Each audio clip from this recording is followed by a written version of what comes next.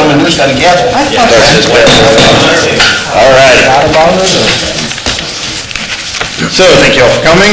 We're going to go ahead and call the Sylvania Township Zoning Board meeting together here Wednesday, April 11th at time now is 6:01. So call the roll, please. Mr. Zabel. Mr. Zabel. Here. Mr. Belinsky. Here. Mr. Kriege. Here. Mr. Kapp. Here. Mr. King. Here. All right, now we'll call for the approval of the minutes. I assume everyone did receive those okay? All right. There was one correction maybe. I think she had his name listed as William Paul, or Paul William, and it's William Paul, if that matters. Bill Paul, yeah. Yeah, Bill Paul. Oh, William Paul. Yeah. I just thought it was reversed, but when you have two first names like that. Okay. All right, any other corrections or additions? I'll make a motion to approve as amended. Second? I'll second it. Okay, Mr. King. Yes. Mr. Zabel. Yes. Mr. Kapp. Mr. Kriege. Yes. Mr. Belinsky. Yes. Okay, we have no items of old business on the agenda, but we do have several items of new business. The first of which will be the zone change request at 3621 McCord Road. Darrell, if you want to walk us through the staff report here, please. The subject property of this request consists of a 1.43-acre lot located on the northwest corner of McCord Road and the University Parks Trail. The parcel has gone through several zone changes in recent years, most recently from R1 residential to R3 PUD residential plan unit development in 2013 to accommodate a 4-duplex, 8-unit residential development. That project never came to fruition.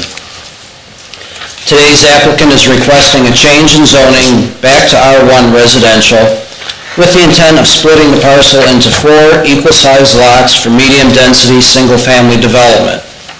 Each lot would have its own ingress-egress via McCord Road. This proposed 4-lot split represents 2.8 units per acre.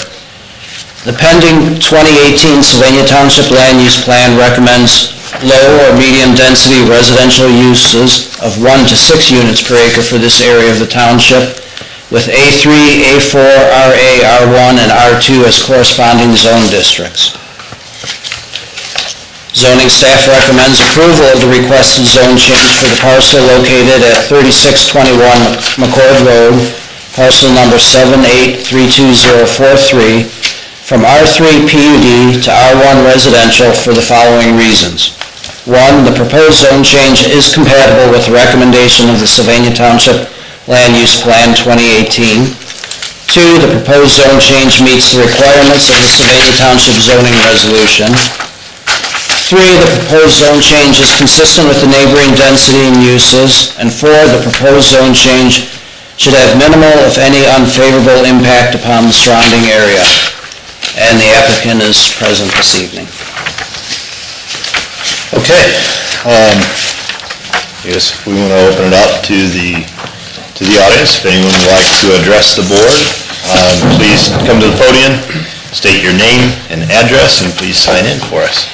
Greg Feller, Finch & Associates, 1683 Woodlands Drive, Maumee, and I'm representing the developer. Don't really have a lot to add. I think it's fairly straightforward, just looking to change the zoning back to R1. I can answer questions if you have any questions. Board have any questions? On the old drawing we had last time at the west edge, there's a 15-foot drainage and utility easement. Is there, on the new zone change, does that still stand in place, or does that go away? Oh, that was on the, what was it, PUD? Yeah. No, that was proposed for rear yard drainage. Okay. For the development that was proposed at that time.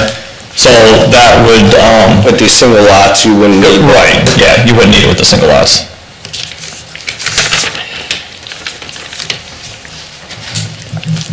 And also the requirement for any landscape buffer would then go away, right? I mean, Right, because you have R1 against R1, so yeah, there won't be any landscape buffer there.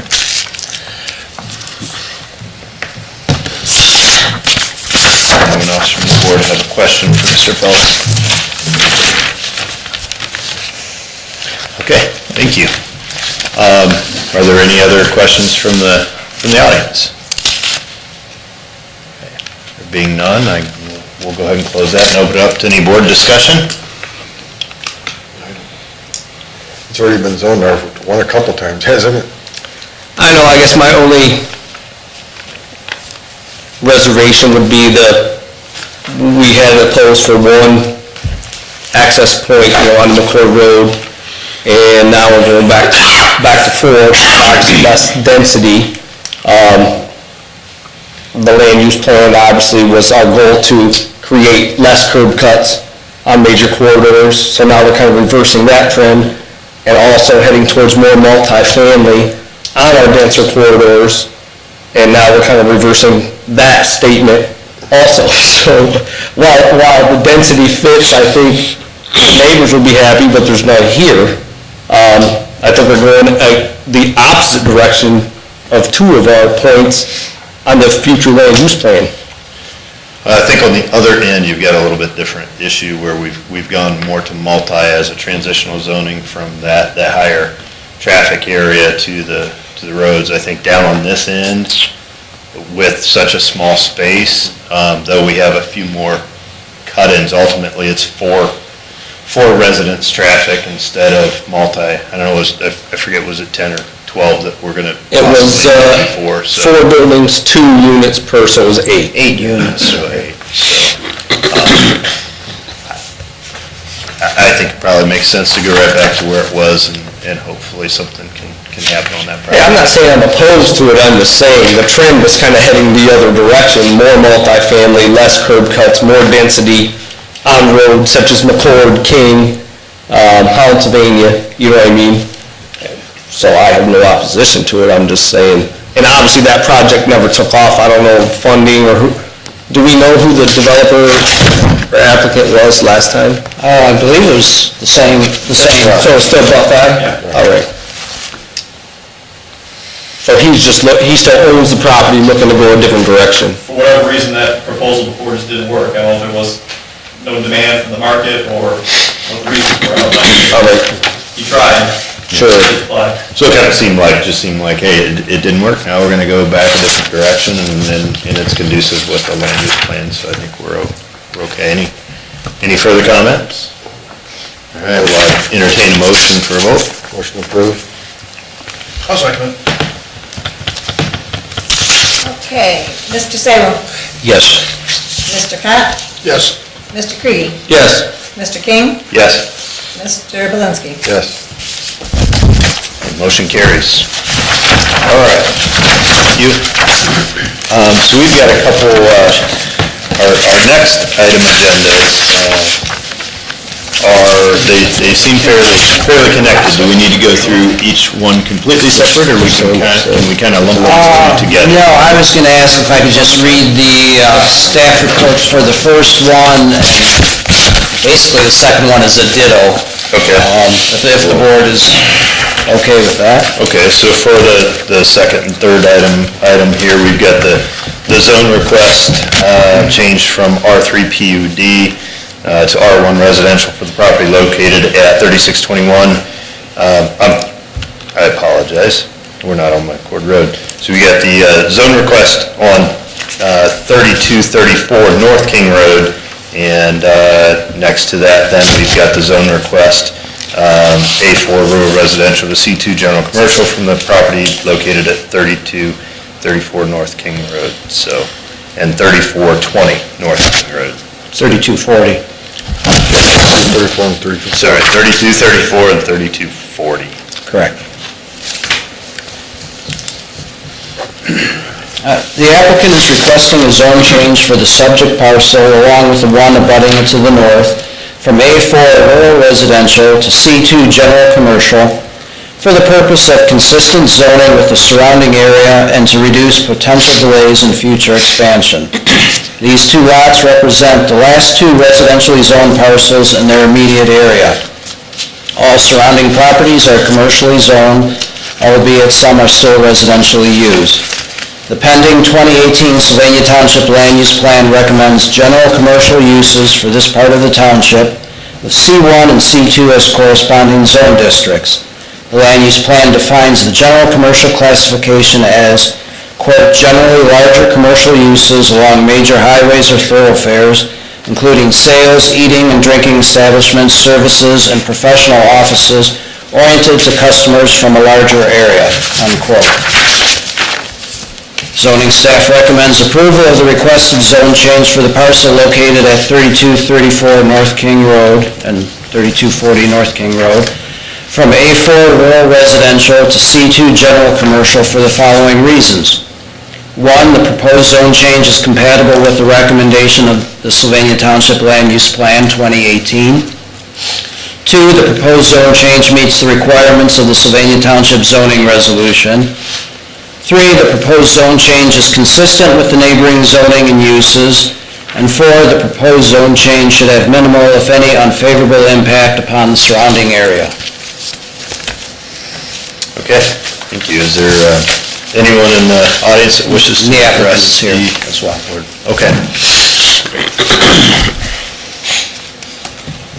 I'm Sam Zindorf for Signature Associates for Seagate, Toledo 43604. I'm really just here to answer any questions you may have. It's, like Darrell said, it's just to be consistent with the rest of the development. There are no immediate plans, but at some point, more than likely will be. Does the board have any questions, comments? It's pretty straightforward. Yeah, it's just, Take the two remaining spots and Square it make them off. consistent with what the rest is. This is probably the easiest zone change we could have. Because of the applicant. Because of Well, the, Sam made it easy when he gobbled up the two on each end of it last time, so. Well, There's always the holdouts. there's no sense to, It only took 4 years to convince them. no sense in beating a dead horse here, so I'm going to go ahead and entertain a motion to, we'll have to do two separate ones here. So let's first entertain the motion to approve the zone request change for 3234 North King Road. I'll make a motion to approve zone change 3234. I'll second. Would you call the roll, please? Okay, Mr. Belinsky. Yes. Mr. King. Yes. Mr. Zabel. Yes. Mr. Cott. Yes. Mr. Creedy. Yes. Okay, motion carries. And we will also take a motion for approval for the zone request change for 3240 North King Road. We have I'll make a motion to approve zone change 3240 North King Road. I'll second that. call the roll, please. Okay, Mr. Creedy. Yes. Mr. Cott. Yep. Mr. Belinsky. Yes. Mr. Zabel. Yes. Mr. King. Yes. All right, thank you very much. All right, now for the final item on our agenda will be the new land use plan update. So, for the staff analysis, I did not do one partly because the zoning department is the applicant, and then also because Bill Harbert at the Plan Commission, I felt did such an excellent job on the staff analysis that, I think that explains it well. If the commission likes, I can read that, or we can just go on to the consultant's presentation of the land use update. And needless to say, zoning staff recommends approval of the 2018 land use. pleases the board, I think we can go ahead and go right on to the presentation. I think we've all Yeah, you sent us this, right? read this. That's the same thing you emailed? Yeah, that's the Plan Commission's staff report on it. Okay. No, that's, Displays your pointer. yeah, I can, Okay, you want to advance the slides? 'Cause some of these slides, If you If you could, just so we have it on record, go ahead and state. Yeah, just let me, If you could, please. tell me next or whatever. Glenn Grisdale with Reveille, 130 South Main Street, Suite 302, Bowling Green, Ohio. Great, thank you. All right, so today I am here to proudly announce that we have successfully navigated the land use plan to this point. It was a great opportunity to work with your community over the course of the last several months. I think it's been more than 16 months. We were able to work with a variety of different people. I think we had many of you on our steering committees or our focus groups, and we were able to get comments and feedback back from over 2,000 people over the course of this time frame. So, Carol, you want to go to the next slide? All right, so quick agenda, run through the project team, you know why we did the land use plan, the current planning situation, project approach that we took, the survey results, and then the strategies, and we'll open it up for questions. So some of these slides I won't bore you with. Next slide. Reveille, Manica Smith, Pat Etchie, Tom Lemon, and I assisted the focus groups and assisted the small internal committee that comprised of John Crandall, Mary, Daryl, the school superintendent, which was Adam Fineski. And John Crandall and Bill Harbert. Tom Lemon and I assisted that committee. So we met with a lot of folks over the project period, but Reveille and Manica Smith, we helped you with this. So the project purpose was to, on the next slide, was to assist you in updating your land use plan that was from 2007, and our goal was to update it with market trends, look at residential preferences, look at your available resources, and look at your what you did in the past, and see if it was still relevant as we moved you forward. So, like I mentioned earlier, it was an update to your 2007 plan, but we also went back and looked at your 2000 plan. It was done in conjunction with the city and the township. So we prioritized issues, we looked at best practices, we overlaid all this onto an exercise we called continued relevance, to see what was relevant in the old plan.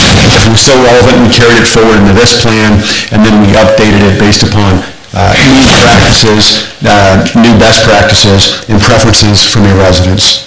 So, what we had also going on too since 2007, we've had a lot of new things. We had new census projections since the last plan that was done in 2007.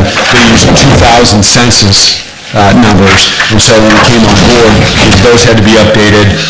There's also a predicament that all communities in Ohio were in with reduced funding, right? So they took off the table personal property. House Bill 66 says that the school districts and communities can't get at personal property. Your local government fund went away. Estate taxes are going away, things like that. So because your community works largely on a lot of that pool, we had to look at providing solutions that help to maximize your resources. So that was one thing that we had to take into consideration. Also, employment trends, the participation rate is going down. I know our unemployment rate looks like it's perfect, but that's because there's actually less people in the workforce. So we had to take that into consideration. We also had to take into consideration new lifestyle trends from the boomers and the millennials, and then of course increasing competitions from residents and businesses. So next slide. If you look, Lucas County is right-sizing. It's been right-sizing for a long time. There's a few communities in Lucas County that are still growing, Sylvania Township is one of them. So we had to take the demographic situations into consideration. Next slide. We also benchmarked this community with Perrysburg Township, and you can see, at some point in time, leading up to 2005, or leading up to 2004, Perrysburg Township, the communities of Perrysburg and Perrysburg Township were generally on parity with Sylvania and Sylvania Township when it came to housing starts. But after 2005, you can see those numbers clearly are in the benefit of the communities down now here in Wood County. Residential developments generally triple than it was in the township over those last 7 years. So we took that into consideration. Next slide. We also benchmarked your community with Perrysburg Township, and you can see, although you do have a situation where there's been more residential development down in Perrysburg Township, you still fare very well when it comes to your demographics, your socioeconomic demographics, with households with higher income and other things. So your community's very well positioned. It's just when we move forward and looking at helping you with solutions, we overlaid those all with best practices and lead to putting together a plan that accentuates a few themes that we'll talk about here. So, next slide. We focused the project on 5 different approaches. The first approach was the community outreach phase. We did that phase all the way through this past November. Even though we were writing strategies, we let folks come on board and tell us their thoughts leading up to almost the very last minute. So the community outreach phase was from the beginning to the end. There was a phase where we looked at your existing conditions and trends, and we raised that.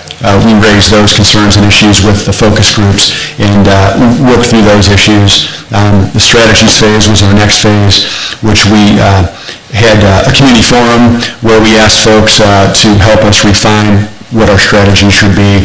And then we had an implementation phase where we looked at putting together a table that outlined what the strategies would be and linked them then to an implementing party, a time frame, and the following column to the very right on the implementation table is a participation or percent completed score. So every year, hopefully this committee, this commission, and the township trustees, and maybe we get the committee back, you look at the plan and you review it annually and you say, hey, is this being done or is that being done? If not, why not? Kind of a thing. So, but those are the 5 phases. Next slide. Like I had mentioned before, the community outreach was very comprehensive. We had a very good turnout with the student surveys and with the community surveys. We had over about 1,800 residents and students take the survey. The completion rate was very high because our survey was not too long. It was only 15 questions. It could be completed in 4 minutes, and that kept the response rate high, the completion rate high. We had a steering committee, and like I mentioned, we had focus groups, we had 2 community forums, and then we had all these focus group sessions. So at the end of the day, really good outreach. Next slide. Folks told us what they were thinking insofar as their priorities, and here's a table of the things that they wanted us to look at doing, and these priorities are built into the recommendations that we make. So improved recreational opportunities was one, neighborhood improvements and revitalization, street maintenance, additional pedestrian connectivity, and neighborhood blight, property blight, nuisances and things like that. So you can see that folks have neighborhoods on their mind, they have pedestrian connectivity on their mind, and they also have recreational opportunities on their mind, as well as other things too. So next slide. The students, when we asked them about whether or not they want to stay here in the township, they said they like the township. 78% plan on leaving to go to college, and almost 50% are unsure if they'll ever return as an adult. You know, and I know some folks say, well, they're only 18 or they're under the age of 18. They don't have an opinion. You know, they do, they have an opinion, and that's something that we as planners, at least at Reveille, take into consideration, because you do a good job raising these kids as parents, and you hope you can have them close by, and they've got great ideas, and so we did reach out to them. We didn't keep that stone not turned over, we turned it over. So, next slide. When we started looking at the existing conditions and trends, and we started looking at your natural resources and started to look at the resources that you have for planning and the resources that you use for zoning and other things, we overlaid them onto best practices. We overlaid them onto the priorities that folks were looking at. We overlaid them also on realities of what you have going on now with actually doing more with less. You know, you've got less resources than you used to have coming in for certain things. And so some of the key things that we're drawing upon for our recommendations are built upon these existing conditions and trends. And you'll see here, go back to the Okay, so, go forward, I'm sorry. So, we did, the map. All right, so we looked at your existing land uses, we also looked at your environmental resources, and we looked at your undeveloped land. One note of concern is that you do have, for someone driving into the community, they'll say, wow, you've got a lot of vacant land, right? Especially west of Centennial. Well, when you start to overlay that land on top of your environmental considerations and floodplains, 50% of that undeveloped land is located in flood zones or other environmental considerations, which doesn't mean you can't develop. It only means there's additional coordination. You have to work with the floodplain manager, the county engineer, and things like that. And you do have to work with the EPA and other parties. And you do have to raise that land 1 foot above the flood zone, which can get kind of expensive if you're moving land and things. So you do have that going on. One of the things that we also noticed is that in your footprint, you've got about 10% of your existing land use in industrial, right? Most of that is in quarry.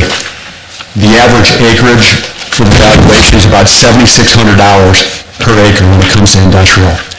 That's not that great, right? So other communities that have industrially zoned property, in excess of over $100,000 or more per acre. So, but because this is, quarry, it's not yielding the best for you.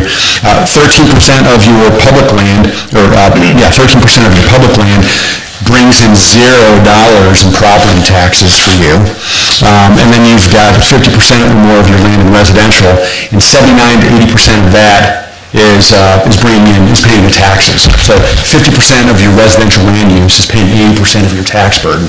So, that's something we take into consideration. That's why we recommend doing more things when it comes to, better aesthetics, better signage, better access management, better tools that promote mixed-use development, and producing density where you can get it through what we call tactical densification, because you do need to improve the price per acreage, because it helps bring the costs down for everyone when it comes to taxes. So, but a lot of that comes into consideration when we did the existing conditions and trends. So, go to the picture with the diverse neighborhoods. So, we notice, move forward. Yeah, I don't know. Okay. So we do notice that you have diverse neighborhoods. You've got all different types of neighborhoods. You've got, everything from high-end, mixed use, on your corridors, the old, kind of 1970s apartments on your frontage. And we also have certain neighborhoods that are still in need of, public infrastructure and, have smaller lots that possibly could be consolidated and, maybe torn down and, more additional, higher-end residential development placed on them. You have good suburban office parks, but yet there is a need for, next slide, there's a need for pedestrian connectivity in some of these areas. And so that's why it led us down the path of looking at recommending additional zoning tools when it comes to promoting more mixed uses by right. Type of a thing. So we also notice in the next slide that there is a need for you to repurpose some of your corridors. In Holland, Sylvania, you've got that happening right now where you've got some old residential that's on the frontage that could come down.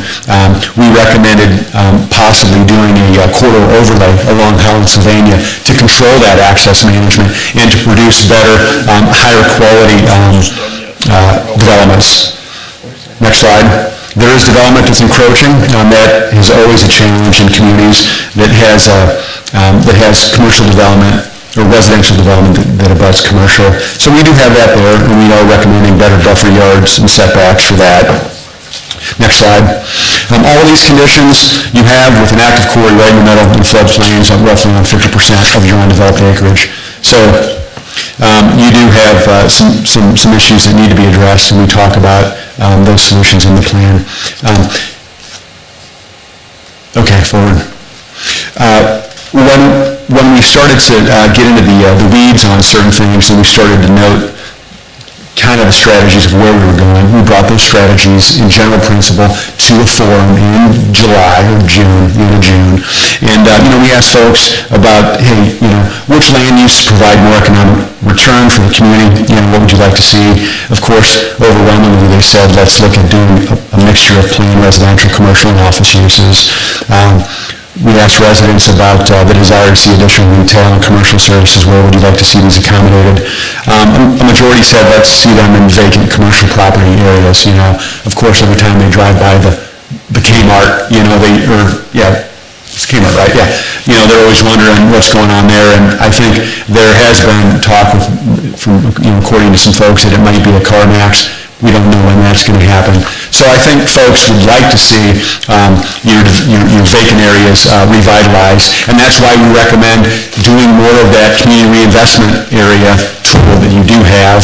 You have it up there in one development, but it requires some additional coordination with the county commissioners, and in the past have generally been reluctant to approve that. We make a solid recommendation for that, and possibly in other areas in your community. Perrysburg Township has it. They do it very well for redevelopment. They do it to promote new development in certain areas too. So we started to refine our strategies, but it was largely with the help of the visioning session. So you can go to the next slide and cut through it. Go up to the plan recommendation slide. One more. All right, so when we got to the plan recommendations, we broke it down into 4 main areas. Connectivity, that's a broad theme. Economic prosperity, that's a broad theme. There were 5 strategies that we recommended in that plan section. Quality of life, 4 strategies, and then land use and zoning.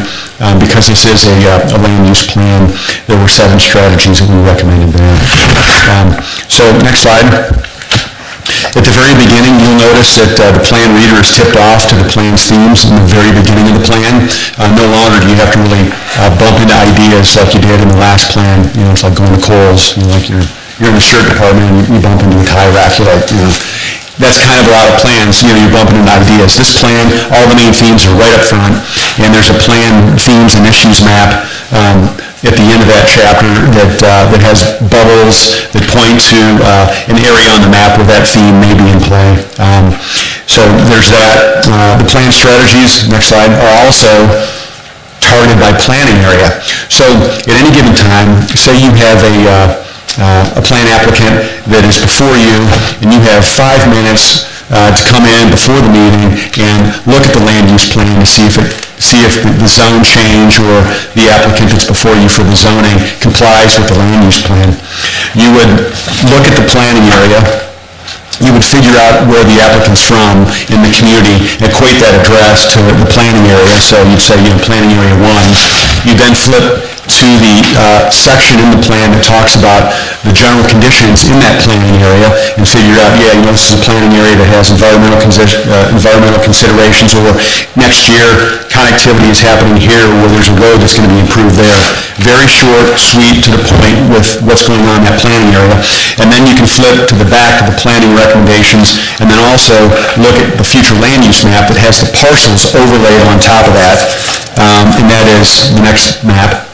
You'll see that all your future land use classifications, from your low-density residential to your business parks and things like that, are on the map, color-coded, and your parcels are a sublayer underneath that. So there's no guessing if the parcel's in or out of that future land use area. So in 10 minutes, 5 minutes, right before the meeting, and even during, you should be able to make a decision that properly correlates the land use plan with your zoning decision. And that's what we were aiming for, I think, all along. One of the things that we were tasked with was just giving you better mapping, and there's a lot better technologies out today. So the last thing was the plan implementation table on the next slide. We take a strategy and we link it to a party, either the township trustees or your zoning board, or anyone else in between, even to include county offices, office holders, park districts, things like that. The time frame to advance that strategy, and then to the far right is I think it's a progress grade or a % complete. I think we use % complete. people like to see 50% rather than F. I'd like to see Fs, if you know, 50% is an F, but 50% is progress. So that's that in the nutshell. At the end of the year, you should be using this plan implementation table to help track the progress of the plan and to keep it alive. We gave you a format to where every year you could just swap out maps. There's a zoning map in this document that you don't have to then flip to, so you can carry this thing around. It doesn't fit well on a shelf. We did it 11 by 17. You can roll it up, you can do everything but put it, here. But here you've got all the maps that you need, and it has a zoning map. It's got the future land use map, so everything's right here. Water lines, sewer lines, which roads are going in and when in the next 5 years. I mean, it's a complete encyclopedia with great updated mapping. And that links parties, who's doing what. And so hopefully it'll be a document that you can keep alive and you can navigate and understand easily. So that's it in a nutshell. Probably took too long to get to this point, but. We also ran it by the planning commission at the county. They looked at it. We do have a couple typos and things like that, but nothing of major change. And those typos would be changed with any sort of ideas or recommendations that you would have, and put together another draft that would then, or a final copy that would go before the trustees and before that hearing, and then if everything's fine, it would be adopted, and then you would use it for your daily use and moving forward. All right, so, anyone have any questions for Glenn? Any comment? Real quick, early on in your comparison to Perrysburg Township, what do you think that flip-flop was cheaper taxes in Wood County? Why did we lag behind by, like you said, almost triple for quite a while? Was it just, the taxes cheaper in Wood versus Lucas, or just... Well, not necessarily. I think there's a fallen timbers and maybe... The Perrysburg, and Perrysburg Township does have, I believe, better accessibility with 75 and 90. You can get to more places quicker. They do have a downtown that's really cute. Sylvania has a downtown that's really cute. And a lot of this stuff in Perrysburg... no parking. There's a lot of stuff that's been done in Perrysburg, especially Perrysburg, because it's grown, leaps and bounds now, but a lot of that stuff had been platted before 2008, and now it's just coming around, and unfortunately, people are thinking that it's been platted, it's getting platted on a daily basis now, but it's really been something that's been done for a while. So you do have the accessibility. They like the connectivity, newer schools. The taxes aren't necessarily that much cheaper. There's one of the things that I think we might help Neil with and the folks in the township is a brochure, a one-page brochure that kind of helps with realtors and other folks to kind of politely and gently dispel those mistruths that taxes are more here than in Perrysburg and Perrysburg Township. They might be a little higher here, but not necessarily. But Perrysburg Township, they've got the connectivity. They do have, it is easier to get to places quicker. They've got the cute riverfront. They've got the historic district downtown.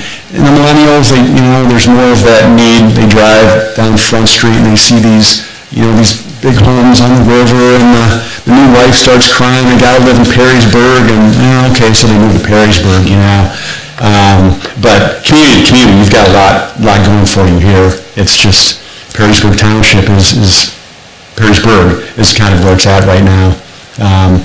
But with your developments that you have here, you've got the connectivity, you've got the 3 park districts, you've got the park district now that's looking at doing a master plan and updating those facilities over at the Tam O'Shanter and moving forward with that. But a lot of people in Perrysburg come up to Sylvania to send their kids for travel soccer and use your facilities and things like that. It's just capturing them here and doing small things in a great way. A lot of your footprint in the township is that 70s and 80s model where people like to live in a township, and they kind of forgot about the connectivity, and they kind of forgot about the sidewalks, and they kind of forgot about those things. You've got a lot of assets here, but people are kind of like bumping into them and don't know that they're here. So that's one of the recommendations that we make, is that you can accentuate those assets through a wayfinding plan and through doing small things in a great way. Yeah, I live 2 miles from Pay Center, and I can't tell you how many people we get out at the farm, turning around, where's Pay Center Park? Yeah, that's right, just little things like that. Yeah, they can't find it, and sometimes GPS can view Sylvania Avenue and Sylvania Metamora. Yeah. So even when they're looking for Sunset House, Yeah. they'll pull in because our address is straight south 2 miles. Right. And they'll be looking all over for the Sunset Retirement Village. Right. But there's no signage helping them. Like Pay Center, how easy would it be to stick a sign at the Mitchell roundabout? Right. Pay Center Park this way, or at Centennial. Right. That way. Right. You know what I mean? Right. I get it all the time in the summer, looking, people out of town coming for a soccer tournament. Yeah. So I think definitely we need, and whether that's tasked with township signage or Parks and Rec. Right. But obviously they'd have to get a permit, but I think it would help. Right. You know, and the other thing too, that Perrysburg, because it's a, you know, at least its growth is being pushed, you know, it's kind of a newer community. Perrysburg Township too, I mean, Sylvania was the mecca and the model for a long time. And I think they learned from the mistakes that you made, you know, I mean, just like the Germans learned from the mistakes that the British made, you know, and that I think started in World War II, you know, they were sick of their ideas getting stolen, you know. And so Perrysburg learned from the mistakes that you made, you know, and they fill in the blanks. And so, you know, you can overcome that doing small things in a great way, and we can kind of talk about it here. So. It's a lot of the same developers. They did Sylvania, they have stuff in Perrysburg too, so it's the same guy. Well, too, you know, and the other thing too is that Perrysburg is a city, they've got different tools, they're allowed to do certain things, you know, and township is the township, you have limited resources, you have limited planning and zoning tools under Ohio Revised Code, you know, so it is what it is, they're allowed to be more innovative under Ohio Revised Code, and, you know. Well, it's really the same thing. There's the city of Perrysburg, and Right. Perrysburg Township, Right. we have the city of Sylvania, Sylvania Township, so. So do we need to take any form of action on this evening? 'Cause I know Yeah, we've just got a as couple far board as members that are- recommendation of approval or not approval. All right. To the Board of Trustees.